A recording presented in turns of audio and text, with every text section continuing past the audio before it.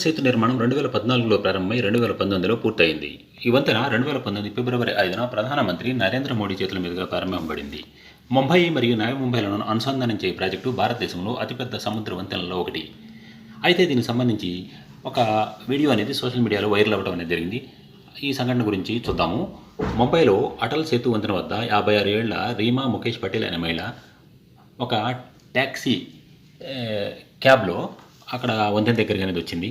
ఆ వంతెన దగ్గరికి వచ్చిన తర్వాత ట్యాక్సీ ఎప్పుడైతే దిగి ఆవిడ కొంచెంసేపు అక్కడ వంతెన రక్షణ రైలింగ్ మీద కొంచెంసేపు కూర్చుంది. తర్వాత సడన్గా ఆ వంతెన మీద నుంచి దూకడానికి ప్రయత్నం చేస్తున్న సమయంలో దీన్ని ట్యాక్సీ డ్రైవర్ అనేది గమనించి ఆవిడని గబుక్కున పట్టుకోవడానికి ప్రయత్నం చేసి గబుక్కున జుట్టు పట్టుకొని ఆవిడని పడకుండా ఆపడం అనేది జరిగింది.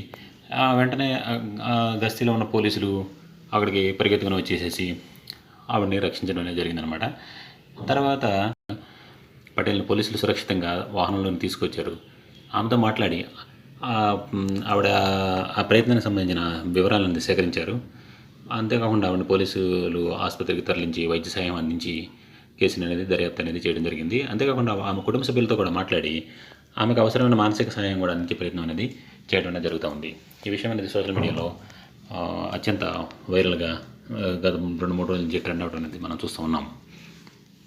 మరిన్ని అప్డేట్ల గురించి ఈ ఛానల్ను అంతే సంగతులు అంటే ఆంధ్ర తెలంగాణ సంగతులు వీటితో పాటు మిగతా సంగతులు కూడా ఉంటాయి. సబ్స్క్రైబ్ చేయండి.